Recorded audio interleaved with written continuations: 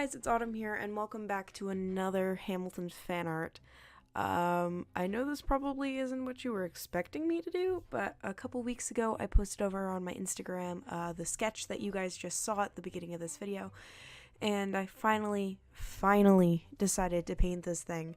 I've been holding off because I've been worried that I wasn't going to do it justice and that I was going to ruin what I already had made. In my own mind, I ruined part of it, but I think a lot of other factors make up for it. The music in this video is also kind of Hamilton inspired because if you don't know, you can't actually put Hamilton music in your videos unless your channel has a death wish. So instead of going with channel death wish, I decided to find some music that resembled Farmers Refuted, or at least this is what this reminded me of. It's also titled The Agitated Farmer 4, which is hilarious to me, because I thought it sounded very similar to Samuel Seabury and Hamilton going back and forth. Off the topic of music, this piece is indeed Hamilton. It's supposed to be Lin-Manuel as Hamilton in the Hamilton musical, because if you don't know, it's like my favorite musical of all time ever. Yeah. So this way that I did this is a little differently than I normally do my watercolors, and my face is in this a lot, so my apologies if you didn't really want to see that. But I did the background first, which isn't something new, but I had the character popping out of the background. His arms and his legs aren't technically within the, like, I want to go off on a limb and say that it's like a yellow ochre color. He's not within the ochre background, and I did that for a reason. I wanted him to seem more lively. The finished piece I'd actually had in mind for this is like 3 times bigger than this one is. I really wanted to test out new watercolor paper that I just gotten, which is the Arches or Arche, because it's French, I guess, watercolor paper. So I got a pad of 12 sheet of this watercolor paper, because I was originally going to get the block, and then somebody at Michael's bought the last one when they were on sale, and I'm not salty about it at all. So I'm testing that out. I'm actually very pleased with how this paper held up. I tend to use a lot of water, if that wasn't extremely obvious in every one of my videos, where I dip my brush into my mason jar or my cup of water and then just kind of slather water everywhere. But I was incredibly happy with this one. The paper barely buckled. I'm also assuming it only buckled because I didn't have it taped down on all edges, which is something I plan on trying the next time I paint with this paper. So overall, I was really pleased. It's like 100% cotton paper, which is really nice. So it absorbs everything.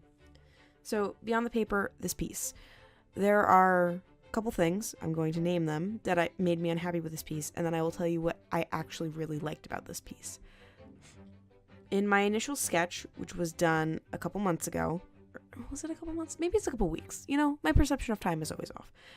I was drawing a little bit differently. So I don't care for the way his ear is. It's too small in my opinion. His shoulders are too small, or his one shoulder isn't out far enough. His hips are strange. His legs are spread in a fairly weird manner. I feel like if I had done this again, I would have changed the proportions a little bit. That's about all I have to say, except for my painting job on his eye is horrendous. He looks like he's trying to be Captain Jack Sparrow and put on too much eyeliner. My words, nobody else's. That's all I have to say negatively about this piece. Now, positively, I love the way the background came out. It looks like an old piece of parchment paper, and I'm hype. I love his beard. His eyebrow came out perfectly. His nose, his face, like the entire thing, it like screams Lin to me, which is great. I wish the side of his beard hadn't been so thick, but I messed up while I was painting. And I think the colors and everything just came out beautifully.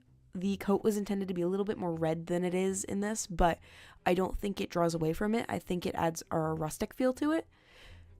Also, note, I'm looking at the painting right now. I did not put a line on the back of his neck. I was going to. I had all intents on putting the black line down the back of his neck when I was outlining him. I forgot. I'm going to fix that. I'm not going to have the updated picture in this video, but I'm gonna fix it because that bothers me.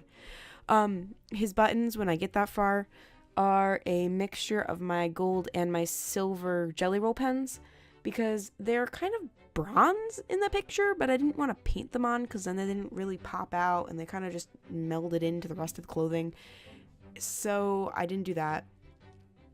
So they are the Jelly Rolls, and I think they look kind of bronze. To me, in real life, they look bronze. At least the ones on his coat do. I made the ones on his vest intentionally silver. I actually did a living history course last year. So I know, historically speaking, that the interior buttons on his jacket should be silver, as they tended to be like a forged silver button. We are rapidly approaching the end of this video, so I hope you guys enjoyed. If you did, make sure to either leave a like or tell me what your favorite part of this was, whether it be the music or my really random voiceover, because I'm good at randomness. But other than that, I really do hope you enjoyed, and I will see you guys on Monday for another video. Bye, everyone!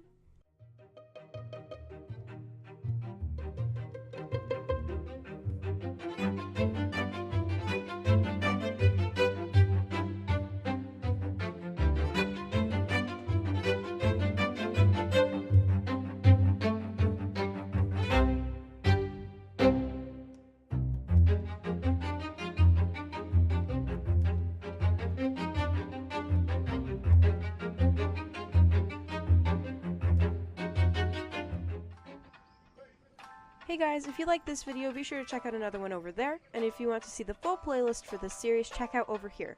Thank you for watching, and subscribe if you like, and I'll see you in the next one. Bye everyone!